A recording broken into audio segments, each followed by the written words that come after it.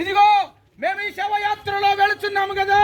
ఇదిగో ఈ విక్టోరియా సహోదరి ఆమె యేసుక్రీస్తు నిజమైన దేవుడని నమ్ముకొని ఆమె జీవిత యాత్రను ముగించింది ప్రియులారా. ఎందుకంటే మానవునికి మరణం తథ్యం, మరణం రాక మానదు.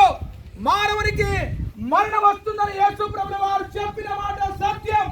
అగాని ఒక్క మాట చెప్తున్నాడు వినండి. యేసు చెప్పాడు, నేనే మార్గమును, నేనే సత్యమును, నేనే జీవమును.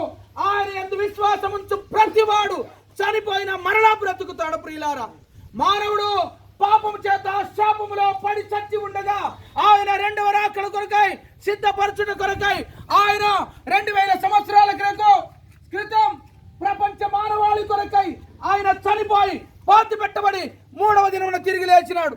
నమ్మి బాప్తిసం పొందిన వాడు రక్షింపబడును, నమ్మని వారికి శిక్ష విధింపబడును. కుల భేదము లేదు, మత భేదము లేదు. యేసుక్రీస్తు ప్రభుల వారు ఆయన కుల దేవుడు కాదు, మత దేవుడు కాదు.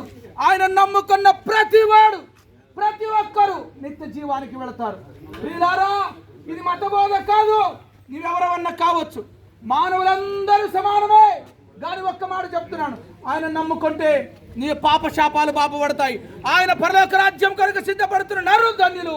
కాబట్టి అట్టి దేవుడు మిమ్మల్ని దీవించును గాక.